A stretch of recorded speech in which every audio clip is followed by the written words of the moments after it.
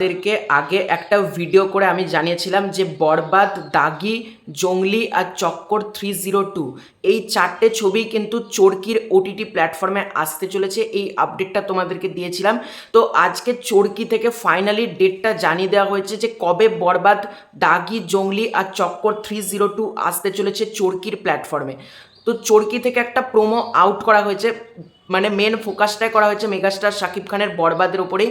বরবাদকে দিয়ে স্টার্ট করা হচ্ছে, তারপর দাগি, জঙ্গলি, চক্কর সবারই ছোট ছোট গ্লিমস লেখা দেওয়া হয়েছে এবং লেখা হয়েছে এই ঈদে চরকির সাথে থাকাটা কেন জরুরি, খুব গুরুত্বপূর্ণ, এটা কেন চরকি এটা দিয়েছে।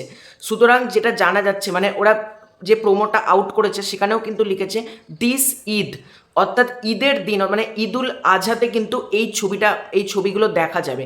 এবার প্রশ্ন হচ্ছে এটা কি একদিনেই 4টে ছবি প্রিমিয়ার হবে নাকি পরপর হবে? তো দেখো, আমি যেটা জানতে পারলাম একদিনে হয়তো 4টে ছবি প্রিমিয়ার নাও হতে পারে।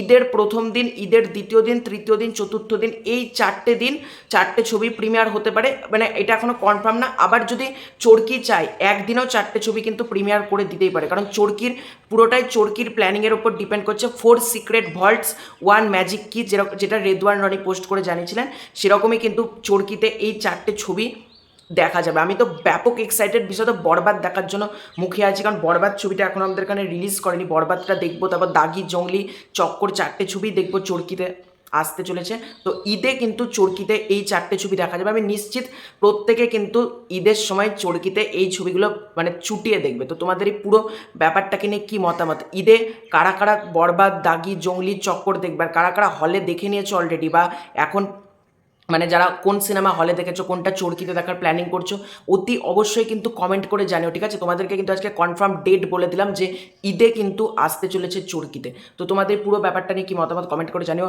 চ্যানেলে নতুন হয়ে থাকলে চ্যানেলটাকে সাবস্ক্রাইব করে দিও। খুব শীঘ্রই আছে নতুন করে ফিরে, ততক্ষণ বাই বাই।